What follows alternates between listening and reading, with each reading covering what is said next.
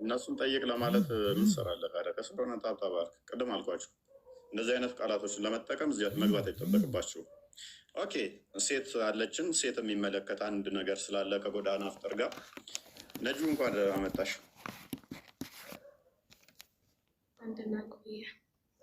መልካም የጎዳና አፍጠር ይቻላል ከሚሉት ነሽ አንቺ? የጎዳና አፍጠር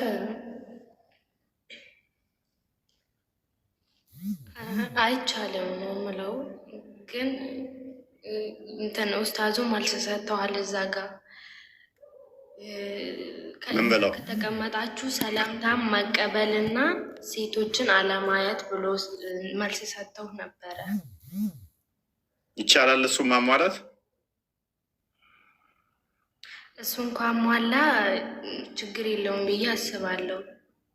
ባይዜ እሱ ለአፍጥር አይደለም ለአፍጥር አይደለም። እሱ ሌላ ችግር ዞባችሁ ይመጣል። እሱኛው ሀዲስ ውስጥ ከገባን ኮምፕሊትሊ እንደማይቻል እዛ ሊያሳይሻለሁ። ነብይሽ ምን አለ መሰለሽ? አንድ የክፈተው ክርስቲያን ሳይ ሙስሊም 21 ሲ ላይ ምን አለ መሰለሽ? መንገድ ላይ በፍጹም እንዳትቀመጡ ነው ያለው። እንዳትቀመጡ የነብይ ቁርአንሽ ምን ይላል መሰለሽ? ነጁ ነብይሽን በፍጹም መታዘዝ እንዳለብሽ ቁርአኑ ይናገራል አይደለ?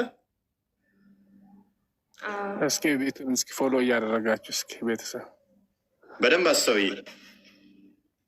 ነብይሽን አላህና መሐመድ በፈረዱ ነገርን በፈረዱ ጊዜ ማንም ለዋጭ የላቸውም ይላል ሱራ 33-36 ላይ። አላህና መሐመድ ነገርን በፈረዱ ጊዜ ለምዕመናን ከፈረዱት ሌላ ለዋጭ የላቸውም ይላል። ስለዚህ ነብይሽ ምን አለ መሰለሽ? መንገድ ላይ እንዳትቀመጡ በፍጹም ብሎ አዘዘ። ቀጥል ክርስቲያን አንብበው አንዴ። ከዛ በኋላ ግን ተቃወሙት ካምፓኒያኖቹ። መለወጥ ይችላሉ ወይ? ከቁርአኑ ጋር ተጋጩ። አንዴ ሽፍ ሚውታር ነብይሽን ተቃወሙና ከዛ በኋላ ያላቸው ነው የሚመጣው። የመጀመሪያው ትእዛዝ ጋር ነው የሚመጣው። ምክንያቱም ነብይሽ ያዘዘሽን ማንኛውንም ነገር ነብዩ የሰጠውን ያዙ ስለሚል ቁርአኑ ማለት ነው። ነብዩ መንገድ ላይም እንዳትቀመጡ ነው ያለው። ቀጥል አንብበው እኮ ነገርኩ እኮ መንገድ ላይ መቀመጥ ይሄን ሁለቱ እንኳን ለማለክ እስቲ እናየዋለን። እስቲ አንብበው ክርስቲያን አለ ክርስቲያን ያ ምንድነው? መሐመድ የከለከላችሁን ተከልከሉ የሚል ስላለ መሐመድ ደግሞ ይህን ነገር ከልክሎ ነበር። ሳይ ሙስሊም 21 ሲ ላይ ምን ይላል? አቡ ሳይድ አልኩርዲ እንዳተላለፈው ያለ መልእክተኛ እንደዚህ ያለ ይላል፣ አቮይድ ሲቲንግ ኦን ደ ፓዝ፣ መንገድ ላይ መቀመጥን አስወግዱ አለ።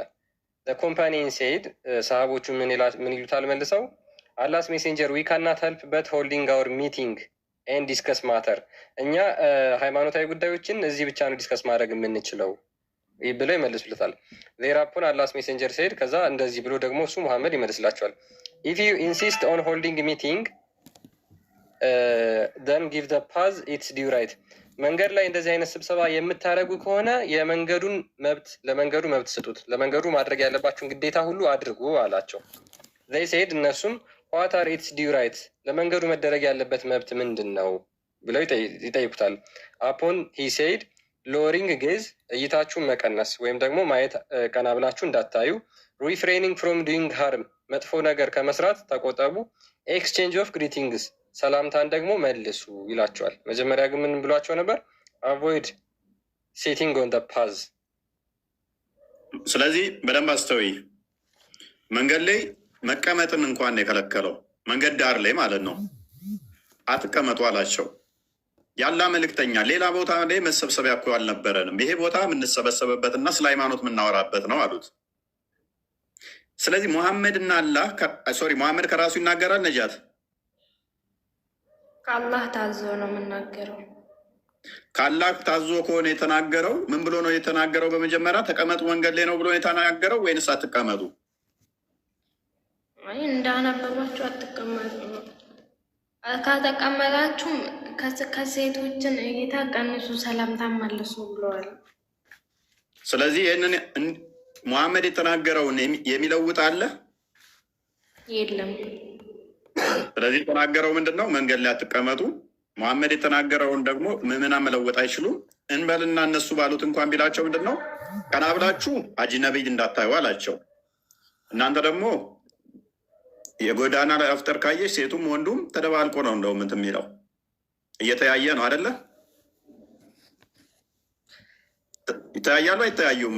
ነጁ እውነቱን እናውራ። እኔ ጎዳና ላይ አፍጥር አይቼ አላውቅም። አይቼ አላውቅም። ተይ፣ እየሸመጠጥሽን ነው፣ ውሸትሽን ነው። አትደግፊውም አይደለ? አክቹዋሊ ኤኒዌይስ፣ አንደኛ ጥያቄ ሽፍ ማሩ ፕሊስ፣ ቀና ብላችሁ አዳምጪ። ምክንያቱም አዳዲስ ነገር እያመጣችሁ ሃይማኖት የምታስመስሉት አቤት ምናምን የምትሉት እንዳለ ሃይማኖታችሁ ያልሆነ ስህተት የሆነ በየጊዜው ሃይማኖታችሁ ላይ የሆነ ነገር እየጨመራችሁ ምናምን የመጣችሁት መሆኑን ለህዝቡ እያሳወቅን ነው። ገና ከተጀመረ ገና አሁን ዘንድሮ 6ኛው መሰለኝ 6ኛ ዓመቱ ነው። ዋና ሃይማኖታችሁን ዳይፍና ሳሂህ ያደረገላችሁ ሰውዬ 50 ዓመት ሞላው። ይህንኛውን ደግሞ ከጀመራችሁት አሁን 6 ዓመት ሆነው። ከ50 ዓመት ምናምን በኋላ ግን ምን ይመስላል? ይሄ በነቢዩ ጊዜ ነበረ ሁሉ ይመስላል ማለት ነው። እቺ ንግግራችን ማርክ አርጓትና አስቀምጧት። ከ50 ዓመት በኋላ ላይ የሚመጣ ልጃችሁ ይሄ መረጃ ገና 6 ዓመት ነው ከተጀመረ፣ እኛ እንኳን ስናውቀው ይሄ ስርዓት፣ ይሄ በዓል፣ ይሄ አከባበር። ስለዚህ ለታሪክ ይቀመጣል ማለት ነው። በየጊዜው እንደዚህ የሆነ ነገር ይጨምራሉ፣ ሃይማኖት እያስመሰሉት ያስቀጥላሉ ማለት ነው። ገና 6 ዓመቱ ነው። ኦኬ፣ እንደዛ ከሆነ ነቢያችሁ ደግሞ የተናገረው ለምን አታከብሩት? ለምን ፉክክር ውስጥ ትገባላችሁ? ለእናንተ እኮ እንተውላችሁ ነበረ። ነጁዬ አንቺማ ስለማደግፊው እኮ ችግር የለውም። ይኸውልሽ ፉክክር እኮ ነው የያዙ ሰዎች። አዳምጪ፣ ይኸውልሽው ፉክክር የያዙ እኛ ጥምቀትና መስቀል አደባባይ ላይ ስለምናከብር አዩ አይናቸው ደም ለበሰና መድን ጀበል ቀሉ። በቃ ተበሳጩ። በቃ ምንም የሚበሳጭ ነገር የለም። ከምሬ ነው ነጁዬ። ለምን መሰለሽ? የምር ዑለሞችሽን አላየሽም እንዴ? ቆይ ነቢይሽ እንደዚህ ብሏል፣ ዑለሞችን ታዘዙ ብሏል አደለ? ወኪል ናቸው እነሱ አደለ? መሐመድ ወኪሎችን መታዘዝ አለባቸዋ። ታዲያ ዑለሞቹ አይቻልም እያሉ እነኚህ ወጣቶቹ ግን ቀላይ ናቸው የተወሰኑት። ደም ለበሰ የኦርቶዶክስ ነጭ ለብሶ ጠዋፉን ሲያበራ አምላኩን ሲያመሰግናዩና መስቀል አደባባይ መንጠቅ አለብን፣ ጃን ሜዳ መንጠቅ አለብን። እንደዚህ አይነት የሆነ እዛ ሄደን መፎካከር አለብን፣ እንደዚህ ብለን ስሙ መቀየር አለብን። ቆይ አዳምጫ። ከዛ በኋላስ ምንድን ያደረጉት? ከዛ ወዲያ ምንድን ያደረጉት? አዲስ ነገር እንፈጥር ምን ብለን በቃ ጎዳና ላይ አፍጥር ብለን ሄደን እዛ ለምን ምግብ አንበላ? እዛ ሄደን አናፈጥር? መንገዱን ዘግተን እንደውም መንገዱን እንዝጋባቸው። እነሱ ታቦት ሲያከብሩ እነዛ እንትን መስቀል እንትን ሲሉ ቱሪስት ይመጣል። በጣም ፏ ብሎ በቃ ደምቆ ይታያል። በደንብ ያከብራሉ አይደለም? ስለዚህ ይህም ፉክክርማ እኛም የሚያመልጠን አይገባም። ዘሴት ምንም አዲስ ነገር የለም። ሃይማኖቱ እየከለከለው ቢዳ ነው እያለው ጥመት ነው ገሃነም ይከታል እያለው ዑለማዎቹ አይቻልም እያሉ ዘሆል ዑለማዎቹ ቪዲዮዎችን ማሳየት እንችላለን። ሁሉም አይቻልም እያሉ ክልክል ነው እያሉ አሁን እስኪ ከሱ ርዕስ ወተን ጥያቄ መልስ። ስለዚህ አይቻልም እያሏቸው እንኳን ዋና ታርጌታቸው እነሱ ምንድነው? ከኦርቶዶክስ ጋር ፉክክር ነው። የሃይማኖት ጉዳይ አይደለም። እንደዚህ ነው በቃ። እስልምና የሆነ ነገር ያይና አንተ ላይ ለመቀማት ነው ጥረታቸው። ፕሊስ ተራራበት ለመቀማት ነው በቃ ሩጫቸው። ሃይማኖቱም ሲመሰረት እንደዚህ ነበረ።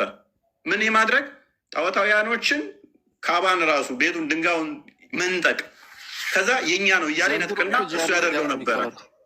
እነኚዎቹ ደግሞ የዛ ልጆች ውጤት ስለሆኑ ኦኬ የሚያምረው ነገር ማነው? የኦርቶዶክስ እንንጠቃቸው በቃ። በጣም የሚገርመው ነገር ጣሊያንን እየመራ የመጣው መረጃም ታሪክ በጣም የምታነቡ ታውቁታላችሁ። ለእንትን ተብሎ ዝም ያልናቸው ሙስሊሙም አብሮ ተዋግቶ አብሮ ተቀብሯል ምናምን ነገር ተረት ተረት። አብዛኛውን ያስመጣው ኦርቶዶክሳውያንን ጣሊያንን እየመራ የመጣው ሙስሊሙ ማህበረሰብ ነው። አንዴ ተራ ተጠብቅ። መረጃ ሲሰጡ ጣሊያን ታርጋ የመጣችው ሙስሊሞችን ነው። ማስረጃ ያለኝ አንዴ ተረጋጋ። ቆይ ማስረጃን ታጣለህ። ስለዚህ ግን አሁን ቅይር ብለው አድዋ አክባሪ ሁሉ እኛ ተበድለናል። ያኔ እንደውም የታሪክ ምሁራን ትጠየቁበታላችሁ። በእነዚህ አይነት ነገር ላይ ጻፉ፣ ዝምታን ስበሩ። ጣሊያንን ማን ነበር ሲደግፋት የነበረው? አንዋር መስጊድ እንዴት ነው የተሰራው? የጣሊያን አስተዋጽኦ ምንድን ነው? ስንት ግመል ተሰጣጡ?